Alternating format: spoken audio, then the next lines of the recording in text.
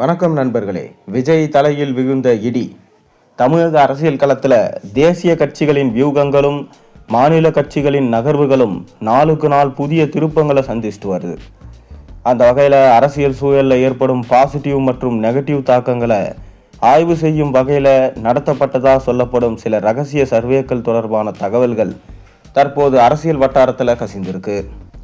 குறிப்பாக பிரதமர் நரேந்திர மோடியின் தலைமைக்கு காங்கிரஸ் தரப்புல எந்த அளவுக்கு சவால் உள்ளது என்பதுடன் தமிழகத்தில் உருவாகி வரும் புதிய அரசியல் மாற்றங்கள் குறித்தும் இந்த ஆய்வுகளில் முக்கியமாக கணிக்கப்பட்டிருக்கிறதா சொல்லப்படுது. டெல்லி பாஜக தலைமையின் கவனத்திற்கு கொண்டு செல்லப்பட்டதா கூறப்படும் இந்த ரகசிய சர்வே படி காங்கிரஸ் கட்சியின் சார்பில் ராகுல் காந்தியால் தற்போதைய சூழலில் பிரதமர் மோடியின் ஆட்சிக்கு நேரடியான அச்சுறுத்தல் எதுவும் இல்லை என்று கணிக்கப்பட்டிருக்கிறதா தகவல் வெளியாயிருக்கு.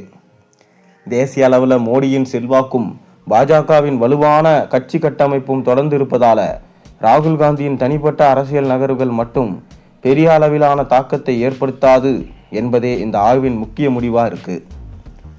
ஆனால் அதே ரகசிய சர்வேயில் தமிழக அரசியல் தொடர்பான தகவல் தான் தற்போது தேசிய அரசியல் வட்டாரத்தில் பெரும் பரபரப்பை ஏற்படுத்தியிருக்கு.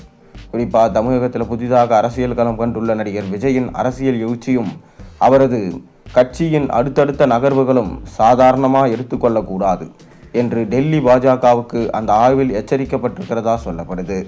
குறிப்பாக ராகுல் காந்தியும் விஜயும் எதிர்காலத்தில் கைகோர்க்கும் சூழல் உருவானாலோ அல்லது அரசியல் ரீதியான இவர்களது கூட்டணி ஒருங்கிணைந்தாலோ அது தேசிய அளவில் பாஜகவுக்கு மிக பெரும் தலைவலியை ஏற்படுத்தக்கூடும் என்றும் அந்த சர்வே எச்சரித்திருக்கிறதா தகவல் வெளியாயிருக்கு.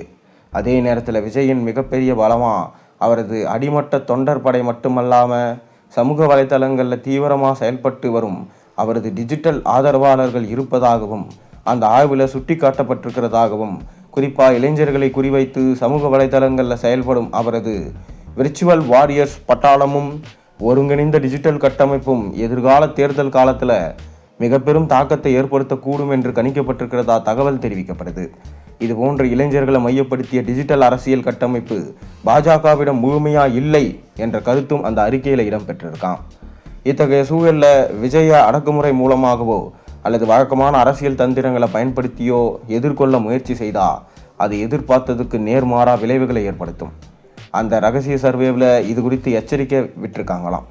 குறிப்பாக இளைஞர்கள் மற்றும் பொதுமக்கள் மத்தியில் இது போன்ற நடவடிக்கைகள் தவறான அரசியல் சமீட்சையை ஏற்படுத்த வாய்ப்பிருப்பதால் விஜயை எதிர்கொள்ளும் விஷயத்தில் மிகவும் கவனமாகவும் சாதுரியமாகவும் அரசியல் நகர்வுகளை மேற்கொள்ள வேண்டும் என்று பாஜக மேலிடத்திற்கு இந்த ரகசிய சர்வே ரிப்போர்ட் சென்றிருப்பதா தகவல்கள் தற்போது வெளியாயிருக்கு.